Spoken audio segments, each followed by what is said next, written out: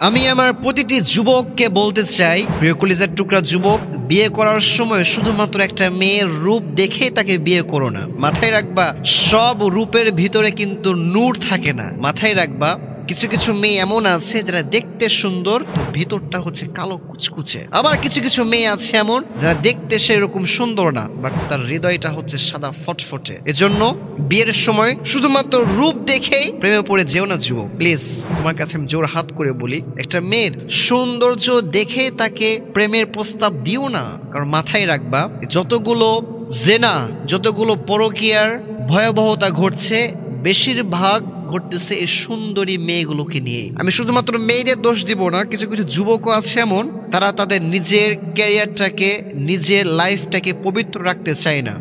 মাথায় রাখবা, যদি তুমি একজন তোমার লাইফে পবিত্র মেয়ে পেতে চাও, একজন হালাল মেয়ে পেতে চাও, একজন সতীবান নারী পেতে চাও, তাহলে আগে নিজেকে সতী হতে হবে, আগে নিজেকে সৎ হতে হবে, আগে নিজেকে ভালো হতে হবে। কারণ আল্লাহ তাআলা বলেছেন, আল খাবিসাতু লিল খাবিসিনা ওয়াল খাবিসুনা লিল খাবিসাত আত-তাইয়িবাতু লিত-তাইয়িবিনা ওয়াত-তাইয়িবুনা লিত-তাইয়িবাত। যারা পবিত্র, আমি আল্লাহ তাআলা তাদের জন্য পবিত্র স্ত্রী রেখেছি। যারা পবিত্র, আমি আল্লাহ তাআলা তাদের জন্য পবিত্র স্বামী রেখেছি।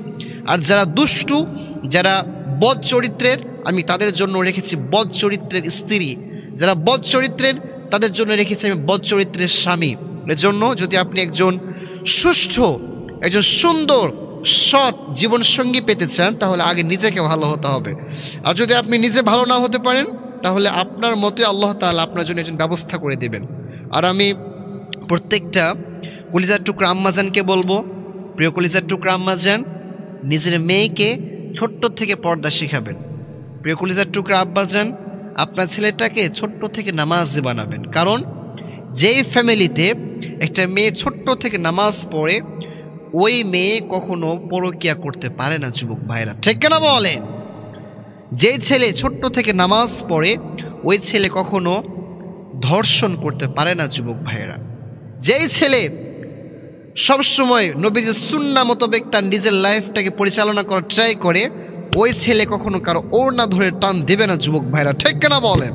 এই জন্য আমি বলবো, যদি আপনি আপনার সন্তান সন্ততিকে ভালো করতে চান, ছোট্ট থেকে হিজাব শেখাতে হবে, ছোট্ট থেকে নামাজি বানাতে হবে। আল্লাহ তাআলা প্রত্যেকটা যুবককে কথাগুলো বুঝার তৌফিক দান করুন।